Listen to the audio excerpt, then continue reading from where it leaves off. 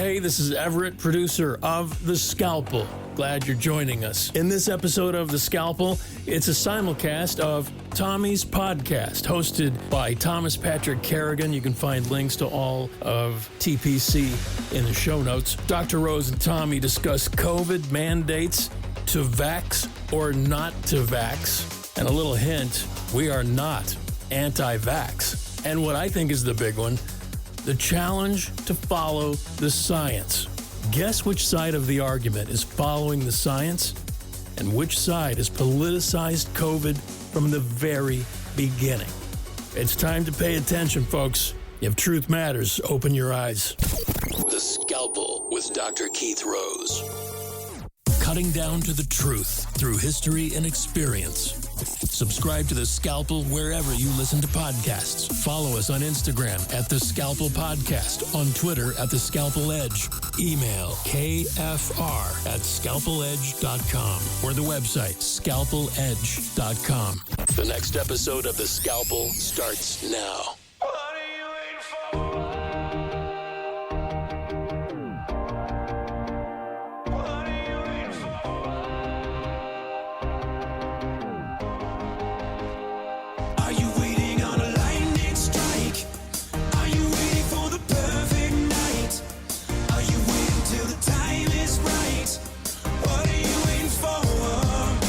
Dr. Keith Rose, you worked in the intelligence community, military armed forces. You're I believe, a plastic surgeon now and the busiest man on the planet, and I am lucky enough to have stolen you for 30 minutes at the... And shout out to Dr. Federer, who I asked him. I was like, Dr. Federer, do you want to come on and talk about mandates? And he was like, you need to have on this guy. And I was like, I don't know who that is. And he was like, you need to have him on. So I was like, all right, but yeah, man. That was kind of Dr. Federer to say that. I don't know. He's probably like, let him take the arrows for a while, which is cool. He was probably like, you're going to get the Yuri impression. Dr. Federer's a brilliant guy, and he's someone that speaks the truth. And that's really all people need right now. Yeah. And,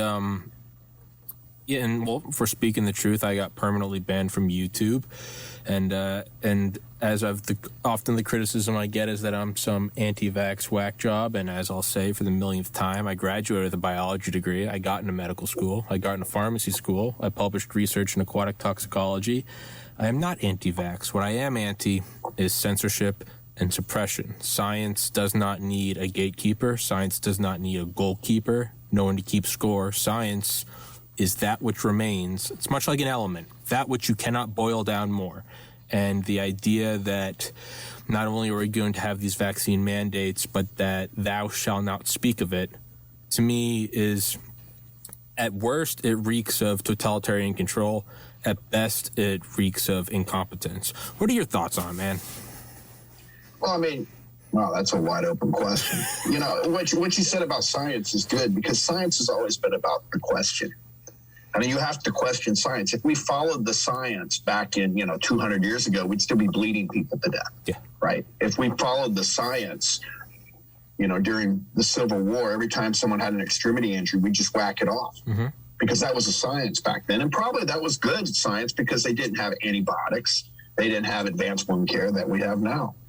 So when people start lobbying insults, or when someone immediately starts labeling people, I discount them as they've already lost the argument. Mm-hmm. They're not willing to talk about the merits. I've published over 15 papers in peer-reviewed journals, and I can remember back when we would publish, I would have to go to a meeting. One, I would have to defend it in front of an IRB, an institutional review board, depending on where I was publishing. Then you would submit it to a journal. You would go to a meeting, defend your paper, which was always fun because you're in a room full of doctors where, sometimes right, sometimes wrong, never in doubt. And at the end of the day, we've seen, unfortunately, the erosion of integrity in the scientific and medical community. I remember when I graduated from med school. It was a long time ago. But the guy that spoke I don't remember his name, but I remember what he said, because he was talking about how medicine was the last true profession, that lawyers had, gone the way of the world's oldest profession. And, it made a lot of sense to me. And unfortunately, I don't think he could say that today, because organized medicine has gone the way of pretty much any bureaucratic group, any group that's grown so large that it's no longer about completing a mission or it's what it was designed for. It's about a growth in a dysfunctional organization where just don't make any mistakes, get as high as you can, and then, you'll be set. The problem is you can't solve issues that way. You can't, cure diseases that way. And then you throw in the financial aspect of that, where people, all of a sudden, you have peer-reviewed journals like The Lancet, which and I use that in the past tense, a very respected journal, that published a study on hydroxychloroquine that had to be retracted 2 weeks later because they couldn't get the medical records on one of the 84,000 patients in this retrospective study. And so when you see that that wasn't a one-off. That was not a mistake in the peer review process. That was an abrogation of the peer review process. That was putting things out to see if they stick. And unfortunately, right now, we have a lot of people that, with this vaccine is a great example, they're saying whatever they can to see if it sticks. You just had a whistleblower from HHS come out the other day, and I'm sure you've seen it. James O'Keefe, who does a yeoman's work and really in Project Veritas. This woman, she comes out, and I loved what she said because she was so authentic. And I would challenge everyone to go and find this video and look at it, because here you have someone who didn't have a crisis of conscience. She just had a moral compass. She knew what was right and she knew what was wrong. And she wasn't going to abide by something that was evil. And so she said, yeah, they were seeing problems with this vaccine and no one's saying anything. And then you have the doctor that said, well, we'd like to report it, but we're not supposed to. We'd like to write for ivermectin or hydroxychloroquine, but they tell us we can't. And I would say the moment you do that, you're no longer a physician. You violated your first oath, which was primum non nocere, do no harm. And you've become not a cog in the wheel. Basically, you've just become a part of the problem. And you're definitely not part of any solution. So you've had some very brave doctors come out. You've had Dr. McCullough. You've had a lot of really sharp guys. Dr. Ioannidis has come out. You have the virologist couple from Germany, the Indian couple, Bhattacharya, I believe, Dr. Bhattacharya too, but there's another couple in India. I mean, these are brilliant, or in Germany, they're brilliant doctors. And they're well-read. They understand the scientific process. And the first thing they were saying was something very simple. Hey, we're not following the scientific process. We're not making a hypothesis, testing the hypothesis, and then being honest about results. What we're doing is, I guess you could say with the vaccine, and you understand the scientific method, right? Yes, sir. You have your hypothesis, you have your methods, you have your experiment, and then you have your results. Well, the new scientific method, the woke scientific method is, here are our results. Question our method, and we're going to call you names. We're going to say you're anti-science, because you have to just accept from us, the anointed ones, that we know what we're talking about, but they don't. And, it's funny. You said this when we were talking the other day, and I really appreciate it. You said the truth is going to get to the top eventually. It has a way of raising its ugly head.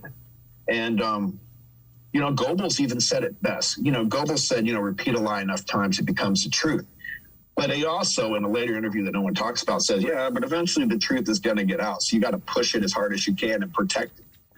And I think the truth is coming out. And this vaccine is sine qua non proof that the truth is coming out.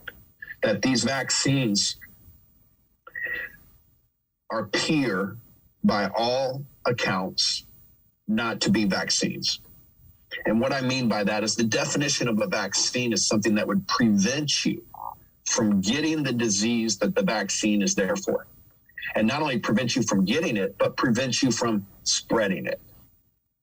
So, one, even according to the own vaccine makers, this does not prevent you from getting or spreading the disease. So they've had to redefine a vaccine, which is something that makes the disease less severe. Last time I checked, that was a therapeutic, not a vaccine. But if you say that, you're anti-science, you're anti-vax. And that little garden gnome, Dr. Fauci, Lord Farquaad is going to run out on his horse. That little garden gnome. Oh, that's all I can call him. I mean, I don't know what he is. He's been around so long. That little garden gnome. No, perfect. He's that guy that's beating on your ankles going, mask. No, not mask. Science. No, not science. Stop doing it. Yeah. Stop doing it. Stop asking. Yes, Mama. Yeah. It's like from Shrek. He's Lord Farquaad. I mean, he is just the prototype for Lord Farquaad.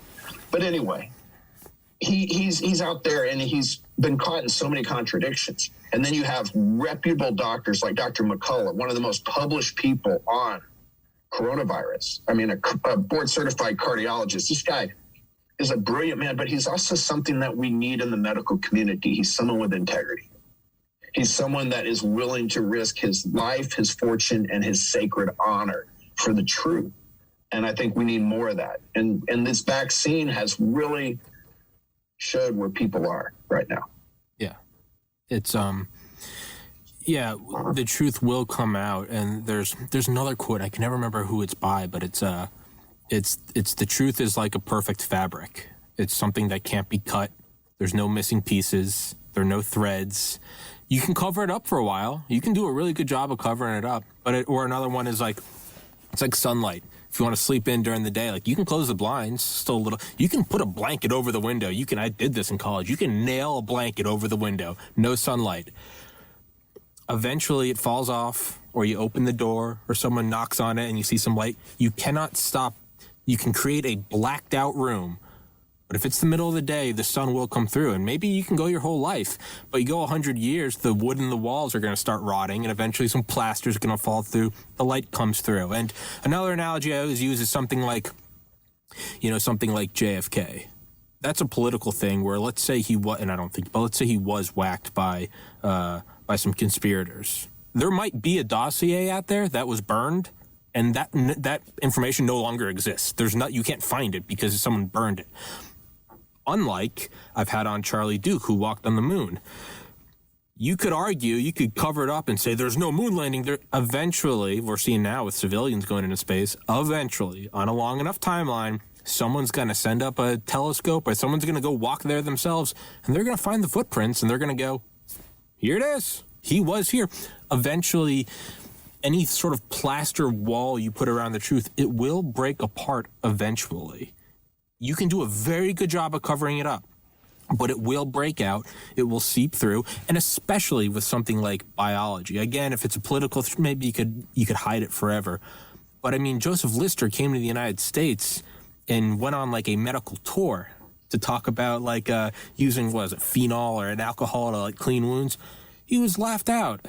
But eventually, he started getting patients in private, kind of like patients kind of going and getting ivermectin now. There's a great book called The Butchering Art by Lindsay Fitzharris. And Joseph Lister talks about in his journals how he started getting like patients who didn't want anyone else to know they were coming to him because he was a quack doctor. But, it's like, hey, I have to have this lump removed from my breast or something. I heard that you can do it and, like, I won't die. Or, like, I heard you can give me something so I won't feel the pain. And he literally put him on his dining room table. Spray everything down. He had this like pump with like phenol, some like steampunk shit. Clean them, give them some like chloroform or something, and they'd survive. But eventually, word gets out. Like, hey, you know how your cousin had that operation and then it started swelling up and he died at 25? Yeah, I know a guy, man. He does this weird thing, and my wife swears by him. Eventually, it gets out. And my boss always said, the old man always said, sunshine is the best disinfectant. Yeah. And you have to bring light to a subject. And so when you're dealing with these vaccines, you have to bring light and understand what they are. We have an emergency use authorization for a vaccine. And a lot of people are saying, well, why don't we know more about the safety of these vaccines? Have you noticed we're not getting updates every week on the safety of these vaccines? To put it in perspective, I always like try to show the deception behind the deception. To put it in perspective, when we had the swine flu vaccine, you had, I think, 200 soldiers at Fort Dix that got diagnosed with swine flu. One of them died, but when you look at the case, he did a forced march voluntarily, and he died of heat stroke. He would have died anyway. It had nothing to do with the swine flu, but he died. And so the government turns around and orders 200 million doses of of swine flu vaccine, of which 45 million were given. And they do this massive campaign from the CDC. And this is like 1974, right? Mm-hmm. And they do this massive campaign. The CDC director puts out a letter that says all these celebrities are doing this and everyone should do it. They have professional athletes talking about it. Problem is that 53 people die from it and thousands of people have really bad reactions. And they had this because they were constantly monitoring those reactions. They had to look at the safety profile, and they pulled it after 53 deaths. Now, this is something that a lot of people may have never heard of on your show, but there was something back in the 70s called journalism. You could see it written on the side of a cave wall. They had, like the little buffaloes with the arrows in them, and then you have a journalist there writing. And a gentleman by the name of Mike Wallace, Chris Wallace's father, worked for 60 Minutes at CBS. And he interviewed 2 or 3 years later the director of the CDC, who had, ironically enough, been the longest running director of the CDC. He grew it really big, and then he went on to work for a medical company. And so he interviewing this guy, and it's fascinating. I'd encourage you to get the video on this.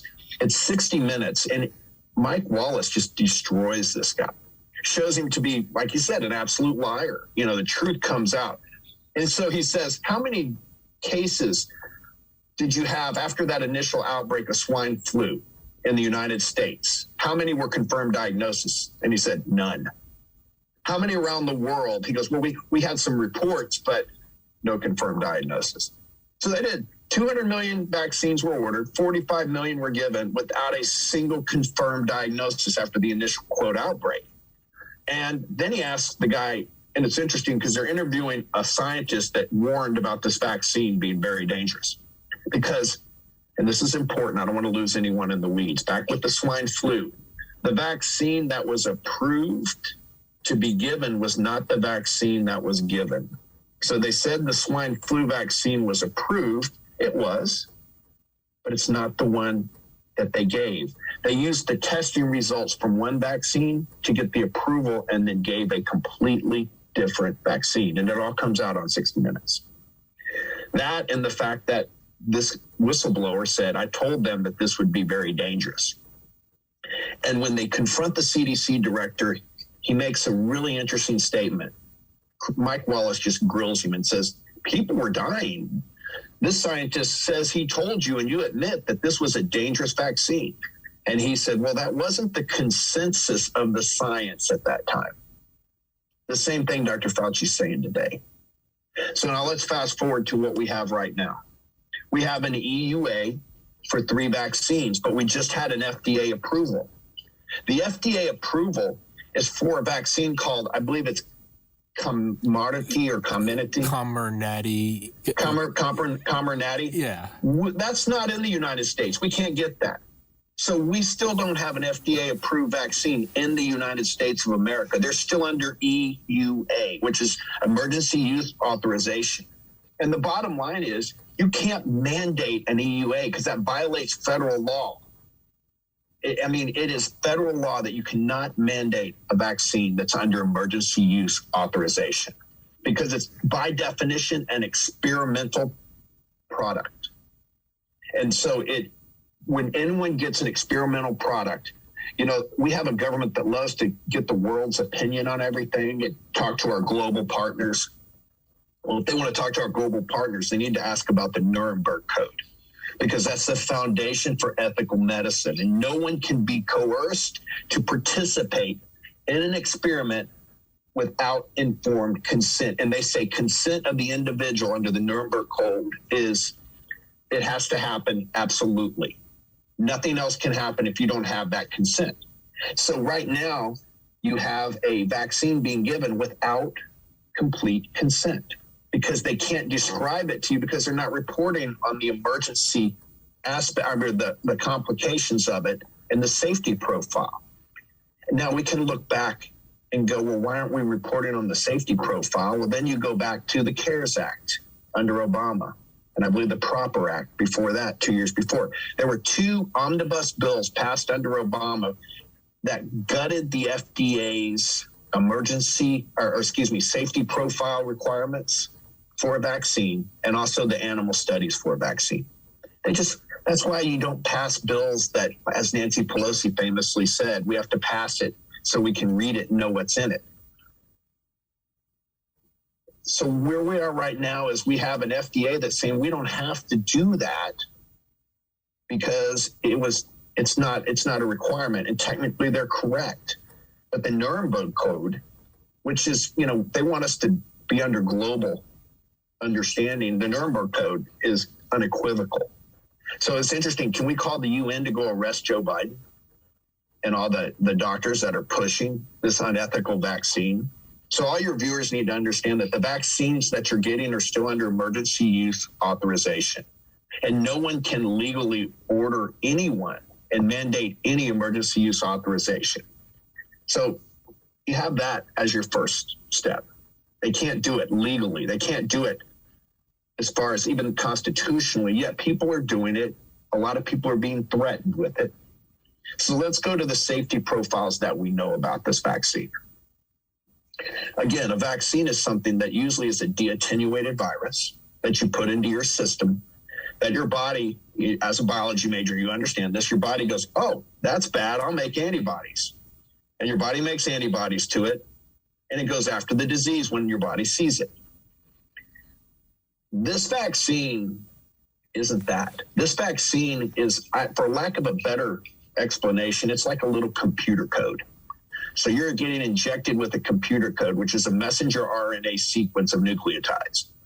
Then your cells take up this code and they go, oh, this code's telling me to make a spike protein. So they make a spike protein, but not just one spike protein. All your cells make spike proteins.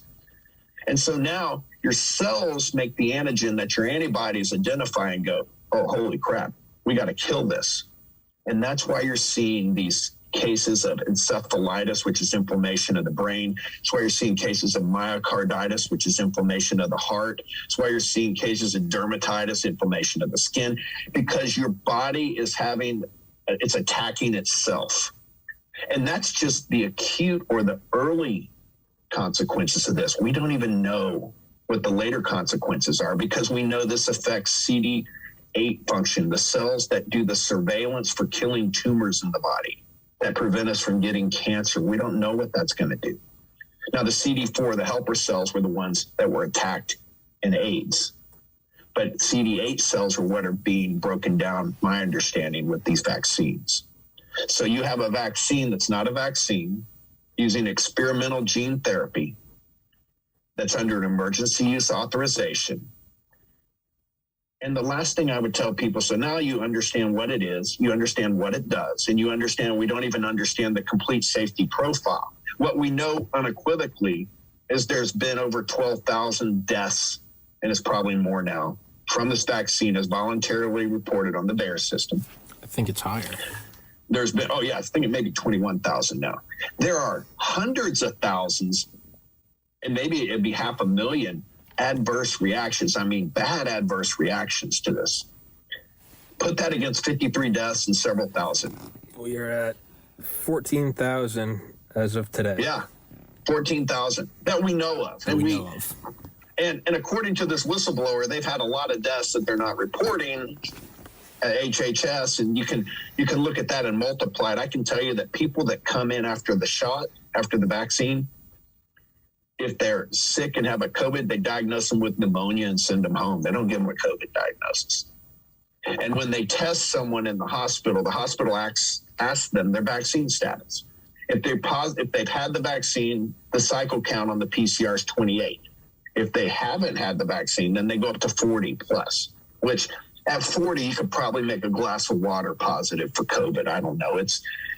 Carrie Mullis, the PhD that built that test, that designed it, said it wasn't even for diagnosing anything. So you see that now we have a vaccine that's killed a lot of people, that's caused a lot of problems. And here's the biggest thing. Again, I'm not against vaccines. Why can't we talk about this? Why are we going after people immediately? They're not engaging the arena of information. They're not saying, okay, let's fight fire with fire. You want to say the vax is bad, we're going to say it's good, and here's why. Mm-hmm. All they're saying is, oh, YouTube, no, you can't be on that anymore. You've got Facebook practicing medicine without a license, telling you what works and doesn't work.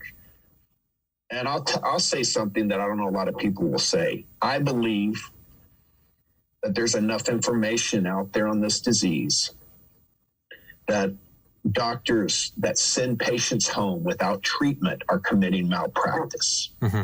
Because you can't say, well, Dr. Fauci told me to do that, because then my first answer to that would be, oh, did Dr. Fauci train you? Are you under Dr. Fauci for your medical license? You know, you can't, if someone comes into an ER and they're sick, you can't say, oh, you're COVID positive, and send them home and tell them to come back when they can't breathe. So you're going to find out that people are committing malpractice. Pharmacies are refusing to fill ivermectin and hydroxychloroquine scripts. Now, I have a solution for this. I've done it. I had a patient I wrote hydroxychloroquine for, and the pharmacist refused to fill it. So I called the pharmacist and I said, I understand you're refusing to fill this. And they said, yes. And I said, okay, I just need your complete name, your employee number, and all your information, because I'm going to put it in my electronic medical record that will keep this on file for the lifetime of the patient. Because I know you're aware that there are several peer-reviewed studies that show this early treatment works. And I, as a medical doctor who has completed my training and has treated thousands of patients, recommend this. So if you refuse to fill it, I just want to document it very clearly. So can you spell your last name for me? Because when the family eventually decides to sue, this person dies, they can't sue the vaccine maker. They won't sue me, but they're going to have someone to sue, because you have, at least you carry malpractice insurance, from my understanding. And I just want to understand this. And they said, well, our corporate's telling us to do that. I said, that's fine. And I'm sure when we sue you, you can sue them for telling you to do it, but you're going to get sued. And the guy goes, I'll fill it. And he did. And I never had any more problems after that. I every time they start, I just start, well, I need your name. I need to put this in here. The thing is this, I'm all for understanding what works and what doesn't, but we're not even allowed to talk about it anymore. And who makes these decisions? We're going to either be a free society, and if you're not a free society, you will not have any medical advances. This is the beginning. People say the beginning of the end. We may be at the end of the end. I don't know. But if we can't, in medicine, experiment, fail, and learn from our failures, then we won't evolve. And we're basically going to become another banana republic. And the problem is, I'm not really sure where we're going to see the advances in medicine, because most of them come from the U.S. It's best case scenario. It's a bunch of people being overly protective and careful and saying, oh, we don't know what works and what doesn't. I think most realistic. That doesn't work, though. I'm giving them the absolute bullshit benefit of the doubt. Hear me out. Yeah, I don't even think you can give them that now. You could in the beginning, but you can't now. I'm with you. I don't agree with a word I'm saying right now, but I am saying, let's just throw that at the wall and go, okay, on this end, you didn't mean to punch your little brother, all right? Let's say, Ma, I threw my fist and he was right there. Okay, we'll put it on this end. Most realistically, let's just look at Occam's razor. Let's look at something with the most evidence, whether it's, Harvard or the sugar companies or the cereal companies paying those Harvard physicians back in the 70s to draw the triangle a certain way because they could produce this many grains and the new sugar was addictive. Or every doctor smokes Lucky Strikes. Or I drink when I'm pregnant. It doesn't bother me. In those 1950s, it's like they got the big grease car. Or even go to the 1990s. You can find the videos right now on YouTube until they take those down. Oxycontin gave me my life back with no downsides. And then I've interviewed Gerald Posner, who wrote the book Pharma. It's all about the Sackler family and the amount of payoffs and timeshares and free cruises and all sorts of things, revolving door jobs they're giving to physicians to prescribe this, and then don't ask anything about it. It's Oxycontin. It works well. It's happened so many times. We know that money is the driving factor behind it. It's happened so many times. Why wouldn't it happen now? It's exactly what's happening. Well, I think it's money, and I also think there's other agendas out there that Sure. are glad to let people push this for money. And the thing is, I think if these vaccine companies are so confident with this vaccine, just pull their liability. Yeah. I mean, just say you're liable now. Okay, you can believe it, you can say it, but if something happens, you're liable. I mean, why does this vaccine company get a free pass? Because again, I'm sorry, I didn't start out with this. It's a disease under the age of 70 that 99.9% of the people will live with. So it's not a death sentence. Now, if you use Remdesivir and you look up the study that Fauci quotes, you'll realize that 54% of those people died from Remdesivir in that study, and it's really a bad drug, and it shouldn't be used, I don't believe, based on what I've read and what I've seen. But, there are good therapeutics out there, so you can't get emergency use authorization if you can treat it, if there's a therapeutic. So that's why they went after hydroxychloroquine in March 2020. Ivermectin's the same way. Now you have monoclonal antibodies. Those work well, too, in conjunction with other things, but now they're using maybe for thee, but not for, you. And it's going to be an interesting time because I don't think this administration is trying to hide anything. I think we have a complete rupture of the Constitution. We live in a post-constitutional era. And if American citizens don't look at what happened in like Denmark, where they started to institute vax mandates and millions of people went to the street and they said, we're not going to do it. Over 70% of the country said that. And, the powers that be said, okay, we're not going to do it. That's the problem we have in this country. We don't have enough people standing on principle. We have them more concerned with what other people think and not realizing that ratchet only goes one way and they're going to suffer in the end, because a lot of them have buried relatives, and it may be tough for them to realize that they went along with something that could have caused the death of a loved one, not treating early. So I think I'm surprised that the malpractice attorneys in this country aren't just running, festivals every weekend asking, were you sent home without treatment? I mean, I think that could be a growth industry in medical malpractice because there's too much information out there now. It's, I forget who said it, but it's the quote, it's history never feels like history when you're living through it. It's messy, and it's not until it's in hindsight that it starts to kind of solidify and you go, oh, that's what it is. So, and I know you're a busy guy. I could talk to you for hours. You're a fascinating guy. You told me 30 to 40 minutes, so we'll wrap it up in like the next 5 minutes. Oh, that's cool. All right. But the one thing I always think about is it's kind of like, well, what do we do, right? If history is sloppy, we don't know while we're in it. There's all these moving variables, and I'm not a physician and I'm not a molecular biologist. So how do I? It's very simple. It is very simple. Just do the right thing. And it's so cheesy, but it makes me think of General Patton, right? I interviewed his granddaughter, but General Patton, right? Don't tell someone how to do something. Tell them what to do and let them surprise you with their ingenuity. I want you to take that island. How do I do it? I don't care. Take it. You have 10 hours. Maybe they use the bridges. Maybe they swim. Maybe they parachute. Maybe they artillery it. Who knows? Go take it. You don't need to know. If you're not allowed to talk about it, and if people shoot you down for talking about it, and if they try to use groupthink and make you feel like a piece of shit for raising questions, hey, they're going to do it. Do the right thing. You know what the right thing is in your heart. You know what the right... If I can talk about any other conspiracy, Hillary Clinton's a lizard, aliens did 9/11, the earth is flat. All right. You know how it gets dealt with? It doesn't get squashed by the Ministry of Truth. People watch my podcast and go, this guy's an idiot. And they unsubscribe. And that's how you get feedback. Just do the right thing. If you're not allowed to even talk about the deaths, if you're not allowed to talk about suppression of a generic, decades-old medication that George Fareed, Tyson, McCullough, Malone, Mobeen Saeed, all these guys, if you can't talk about it, I mean, if all these guys were representing a different vaccine, okay, I'd be like, well, how do I know that they're not making, if McCullough worked for some other vaccine company?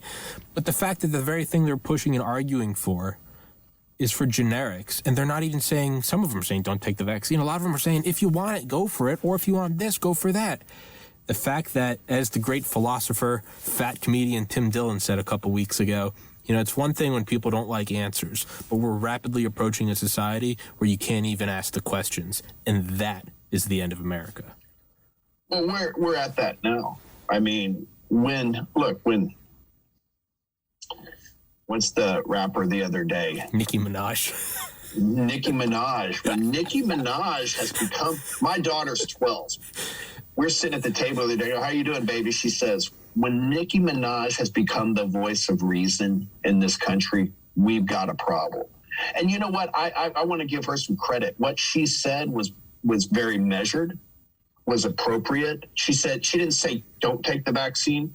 She said, and this is what I believe, look, that's between you and your doctor. I'm not telling people to take it. I'm not telling you not to take it. What I'm saying is you need to do your own research and really ask questions.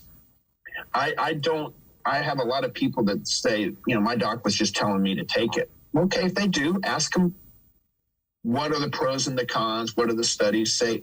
Ask questions. We tend to ask more questions about a car we're going to buy than we're going to ask about what we put in our body. And she said, pray about it, which I totally believe in. And then you got guys like Chris Rock, who's had 2 vaccinations, who used to rail on pharmacy companies in his stand-up routine, and says, I've got COVID, get the vax. Dude, you got the vax and you got COVID. Maybe you could be a little more inquisitive. There's probably something funny in that too. Yeah. But, again, you have a woke society, and right now we need people like this lady that came out with HHS and Project Veritas. She's making a sacrifice. And I think it's important to understand a sacrifice is not always transactional, meaning I make a sacrifice and then I'm going to see the results in my lifetime. And that's where I think we are right now. It may be transcendent. A lot of times there are a lot of famous people in the world that have made sacrifices that we didn't see in their lifetime. Look at Galileo. I mean, look how he was hammered because he said the world was round. I mean, the guy was a genius. And there's that famous picture of him in a jail cell. And people are looking at him, but no one's going to, then they know he's right. He's got a whole solar system at his feet, and the sun's shining through into the cell at the solar system. But they put him in jail because he was right, because he went against the science at the time. So the one thing we know for certain is the science isn't always right. And sometimes the sacrifice you may not see in your lifetime, but the famous and the great people in the world, they're willing to step out and do that. I mean, there was a guy, 2,000 years ago, said he was God, and he was railed on. Not many people believed him.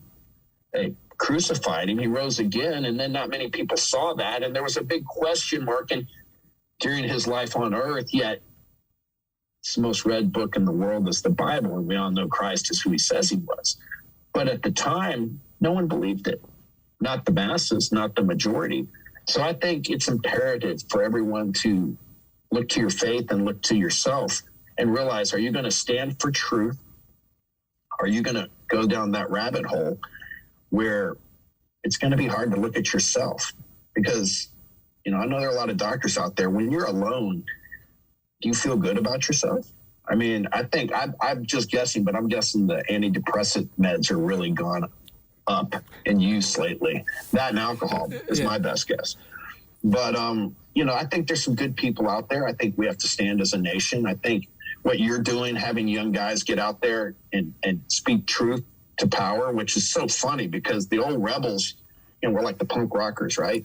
And now the conservatives are the new punk rockers. I mean, we're the ones that are going in the opposite direction. I know, right? But if you're not canceled, you're not speaking the truth. Yeah. Because if no one's canceling you and they're agreeing with you, I think go back to 16 Candles, where that actor said, I don't remember his name. He goes, well, I'm kind of king of the dipshits. Yeah. I don't want to be king of the dipshits. Yeah. I want to be, I'd rather just tell the truth and, let the chips fall where they may. It's the one thing I always think about is, you said that to me on the phone, and that's something that I've kind of been thinking about nonstop. But you're right, sacrifice is not always transactional. We like to think about it, but I mean, we look at the sacrifice of the soldiers in World War II. And we know that it led to us winning, VE Day and VJ Day. There are a lot of guys who got off those ramps on D-Day and were obliterated. They didn't see it was all worth it. Maybe they did in the afterlife, but to them, no, the last thing they saw was a rainy beach. They didn't get to see the sailor kissing the nurse, and they don't know that. So we don't. And as I told you, and I've thought about that, and I'm at peace with that. I'm like, hey, maybe I will, and maybe it'd be an awesome gotcha. Maybe it won't. But as the late Ram Dass said, he goes, I used to sit in the bathtub at night all by myself, and when there was no one's eyes to look into to tell me how great I was, I started to get a creeping feeling of, am I living my best life? Am I doing the right thing? When you're alone, it's just you sitting on the toilet, and your phone dies, and the screen goes black, and you see your reflection, and you're looking at it, and are you really okay with everything you're doing? Well, maybe you're okay now. You can, would you get drunk? I don't want to think about it. It's just the vaccine. Shut up. It's a pandemic. Trump is a Nazi. All right. Eventually death comes. And are you okay? I think you guys will see the fruit of your labors. I think we'll have an awakening. That's what I'm praying for. Mm-hmm. But I do believe that, a lot of guys like myself who were in Afghanistan, and we're seeing just the absolute failure of this administration, how they got out. And we wonder, was our sacrifice worth it, or our buddies? And I think it was, because there's kids there and adults that had 20 years of not living under tyranny. And I think that population will eventually rise up against the Taliban, believe it or not, and try to take that freedom back that they had. Now, it's not the freedom we see, but for them, it was freedom. And, I operated on a lot of kids there that I pray they have great lives, that we fix deformities, and that they'll go on. And, I won't see that, but it's not about what we see. It's what we're called to by God. And do we respond to our purpose, or do we just live up in our heads and try to do everything ourselves? And just for me, that never worked. So when I had to pretty much go to my own funeral once I died, to me, life made more sense. And that's the way you can speak the truth. That's the way you can get behind the microphone every day like you do and go, you know what? I'm doing what I'm called to do. I know I'm swimming with the current, and it doesn't matter if everyone agrees with me. It's my purpose. And I don't think there's any higher calling than to do what you were created for. Yes, sir. And and then, as we said yesterday, aside from all the noble stuff and the Nuremberg stuff, at the very core, at the very least, man, is it not a little more badass to just do what you're not supposed to do? I went to Catholic high school. I wasn't allowed to have long hair. So I had hair right up to my ears and collar. As soon as I got out of high school, it's been this short for 12 years because I don't care anymore. No one's telling me it can't be long or it can't be short. At the very least, man, when all the blue check marks tell you, oh, that's a debunked or, neo-Nazi or and they can't bring up an argument against the VAERS data and they go, you're a misogynist. It's like, well, what do you think about the VAERS data? You're a racist. And it's like, what are we even talking about? And when they kick you off and say, oh, canceled, hey, man, stand up straight. That's the modern leather jacket. That's the spiked hair. And don't argue with the jackasses. No. I mean, it just brings you down. I mean, the cool thing is the rebellious thing to do right now is speak the truth. Mm-hmm. The rebellious thing to do right now is to honor God. The rebellious thing to do right now is to have a moral compass. And that's what our founders talked about. It didn't mean perfect people, but they said you could never keep this nation, this republic, if we lose our morality, which basically is we just lose truth. Alexander de Tocqueville, when he came to this nation and he was a French sociologist and author, and he came here and he wanted to understand how America, after their revolution, didn't go around and whack everyone's head off like they did in France. And he wrote the two-book series. He wrote a lot of things, but he wrote, Democracy in America. And he talked about America is great because America is good. They have laws that tell them what they can do, and they have morals that tell them what they can't. And he said he noticed that the strength in America came from the pulpits, that people went to church, they had a moral compass. And he said America will remain great only as long as they remain moral and good. And because he said this is why the experiment's so great, because that's what gives you freedom. Freedom wasn't man's idea, it was God's idea. And so our freedom, our rights come from God, the laws of nature, and nature's God. So as long as we understand that and we live that, then we can keep the Constitution. But right now we have another movement called institution. And people want you to bow down to the institution. And I refuse to do that because I live under the Constitution, which gives me my freedom. Shout out Yuri. It's the long march through the institutions, and thou shalt, you'll have no other God other than the state. Absolutely not. And ultimately, I do look at it this way. Since I lost my brother to suicide 7 years ago, I've been forced to kind of face death in the eye for a long time. And I eventually came to the conclusion that it's not that we all have to die. We all get to die. We get to put down our cross. We get to leave this world of burden. You get to back out. The coach will eventually say, all right, sub, and you get to come out and sit down and get some Gatorade. It all ends eventually. And it doesn't matter what anyone here says or does about you. Do the right thing, man, because it's all over eventually. If there is no other better honor than doing the right thing simply because it's the right thing, not because, well, maybe we get to see the fruits of our labors. No, you might die face first in the sand. You don't get to see the news that Hitler popped himself. Do the right thing because it's the right thing. Stand up to the tsunami because you don't want to get your sandals wet. Just do it. Just do what God created you for. Then, you won't spend much time here as you will in heaven. So that's the way I look at it. Hell yeah, man. I came later to the game. Hey, do you what? I said I came later to that game. So, hey, man, I became very atheistic around 12, and it wasn't until I talked to Charlie Duke last year, who walked on the moon. And he talked about how when he came back from the moon, said, what else was there to do? He started drinking and said he's a bad guy. And then he found God and he said his life's been better since. And I remember thinking, what if this podcast takes off? I asked him, I was like, what if I become Joe Rogan? What if I get everything I ever wanted and it's not enough? And we talked offline, we talked off the podcast, and he was like, just find God.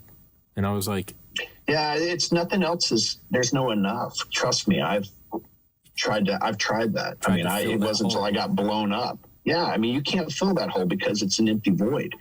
How many cars, planes, exciting times can you have? And then you realize, okay, I was created for a purpose. When I'm in my design, then I know what I'm doing. I understand that I'm here for a certain amount of time. I'm not here for myself. And, my big moment came in my mid-40s where I found out who God was, but more importantly, who I wasn't. And when you do that, your life has purpose and meaning because you don't look for your needs in others. You look for God's needs in others. And you literally have to die to yourself to do that because, we live in the land of good and bad in our head. We think, that's where we get into trouble because, it's not about what you do right or what you do wrong. The nature of sin is when you make yourself your own God. And that's what you're seeing with this woke. Why do you think they're going after Christians so hard? Because of truth. Christians are the most tolerant people, who follow you, love everyone. And so what you're seeing right now is they can't get enough. Look at the left. They'll never be happy. They'll never be satisfied because they're their own God. Literally, they create problems with no solution so they can spend more money on solving the unsolvable problem. And if you want to know how evil it is, just look at I think it's the Catechism of the Revolutionary. It was written by one of the founders of communism. You can Google it. And he basically says to be a Marxist, Catechism of Revolutionaries from Marxism, is to be a true Marxist, you have to be willing to give up everything for the cause. Your parents, your kids, and it's just like basically total destruction and chaos is your goal, which helps nobody. And so I think a lot of people are staring into the void right now, and they're wondering, what's the end of this? And I don't look at it like that. I just look at, okay, what has God called me to? I'm going to be true to that.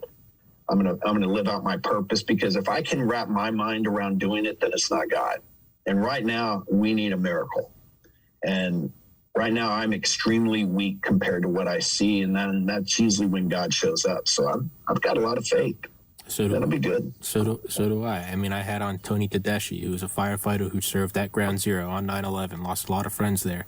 And And I remember him saying, because he and I used to be gym buddies, I remember him saying one time, because this is back when I was trying to build the podcast, and I was like, it's never going to work, man. And I remember him telling me, he was like, you know how we started cleaning up that 2 million tons of rubble? Because I just remember, like, I looked down and just started kind of picking up things and put it in a wheelbarrow.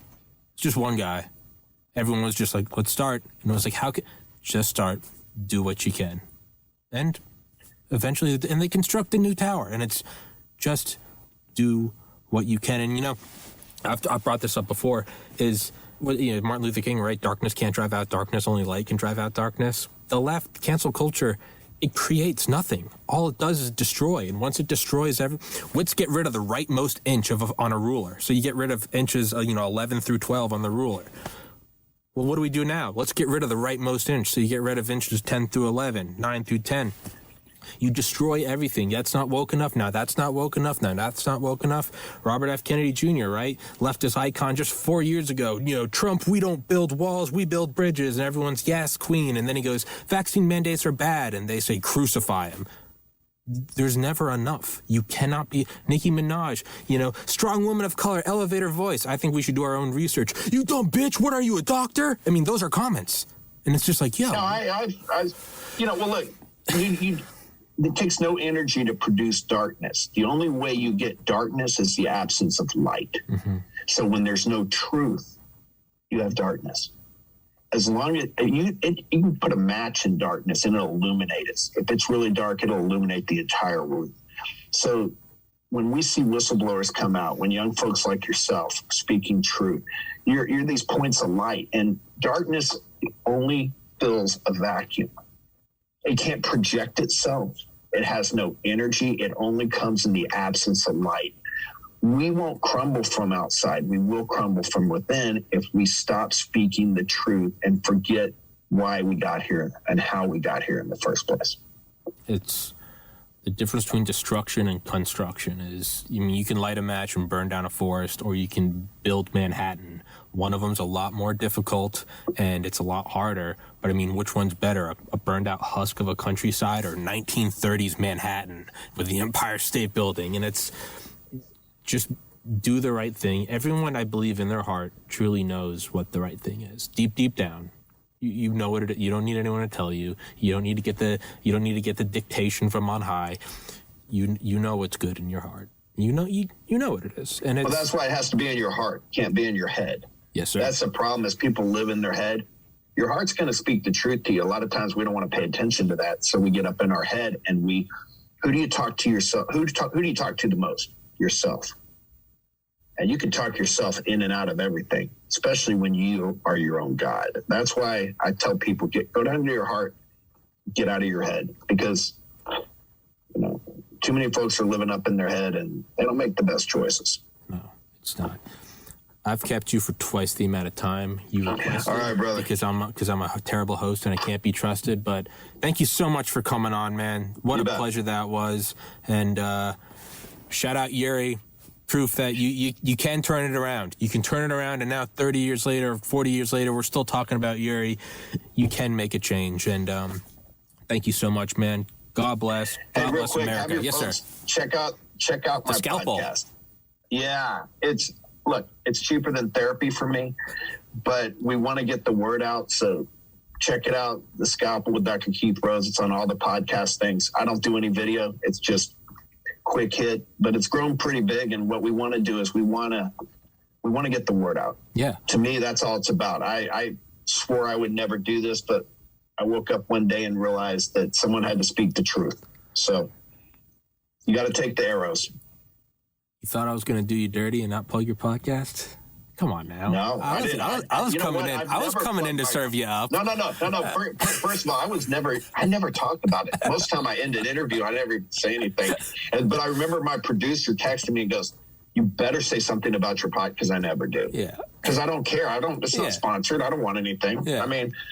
I didn't even know people listened to it till one day he goes, "Did you see how many people listen to it?" And I go, "No, I don't really care." Yeah.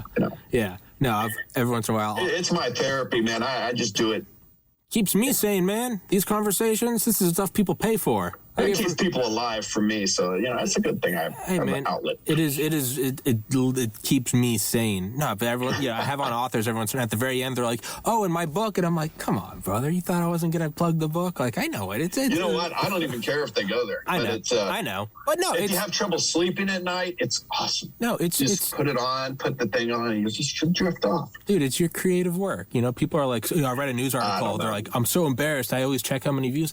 I'm like, dude, there's nothing wrong with creating something and getting excited when people follow it. It's one of the most simple pleasures. I made a thing. I just don't have time to check it. I know you're the busiest man in the world. It's cheaper than talking to the therapist, so I just talk to the mic. Hell yeah, man. Well, hey, dude, my podcast is yours. Appreciate you, brother. I would love to have you back on, man. I know you're a busy guy, so Absolutely. We'll schedule it.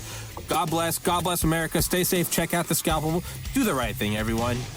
Head high, protest line. Freedom scribbled on your sign. Headline, New York Times. Standing on the edge of a revolution. Hey, just obey. Your secret's safe with the NSA. In God we trust, or the CIA. Standing on the edge of a revolution.